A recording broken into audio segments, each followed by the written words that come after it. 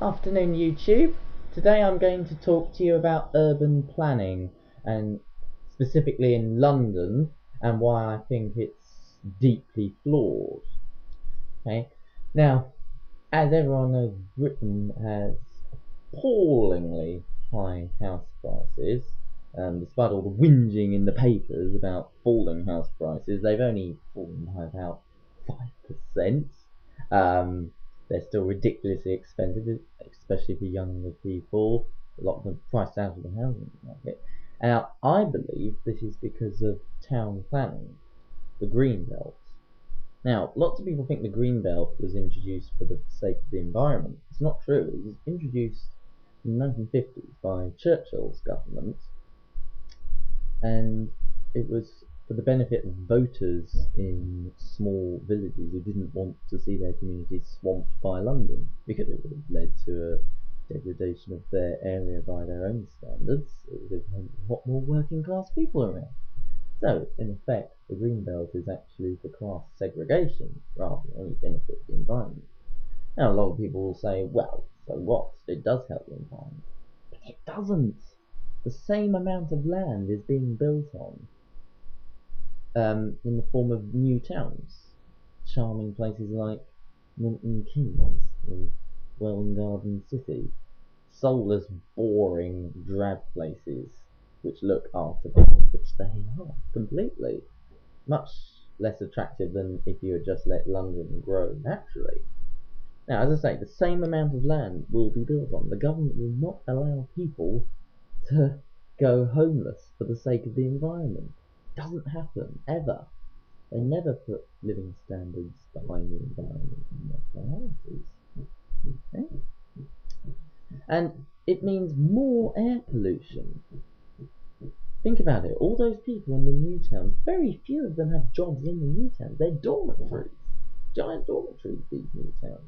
So they travel through the green belt into the centre of London, which means a lot more congestion, a lot more traffic, a lot more time wasted, a lot more air pollution. Okay? It's also bad for farmers because the price of their land is pushed down because they can't just sell it to anyone. It's outrageous. A lot of farmers go bankrupt when they could make loads of money by selling it to property developers.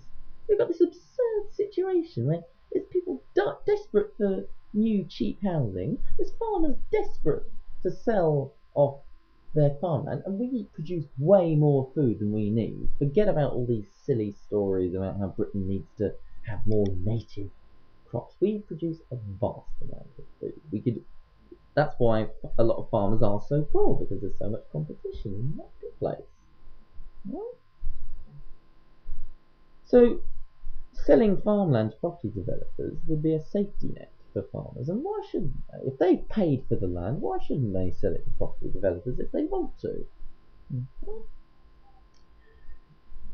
Another reason house prices are so high in London is that London is a very low city. Now, what I mean by that is that we don't have skyscrapers in the way America does, or the Far East does, because once again we have planning regulations which stop too many skyscrapers or blocks of flats going up.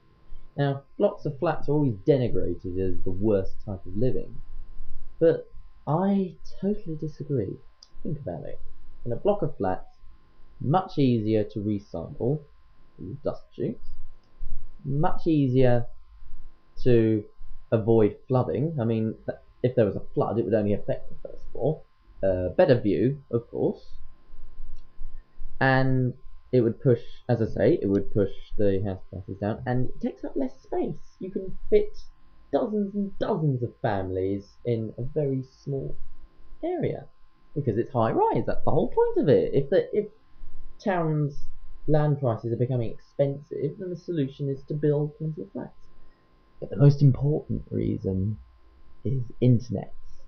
It's much easier to hook up a block of flats to the internet than it is a street. It costs a lot less. That's why South Korea is the most technologically advanced country in the world, because about half the population live around the capital, Seoul, and most of them live in tall skyscrapers and blocks of flats. Okay? So, there's one other case against the Greenbelt. What right do these bureaucrats have to say London can't grow any further? Who do they think they are? London's been growing ever since the Middle Ages. Okay? What business is it of them to stop it growing? That cities are more efficient places. You heard what I just said about the internet, how that works better in cities, but it's the same with everything. It's more economically efficient for people to live next to each other.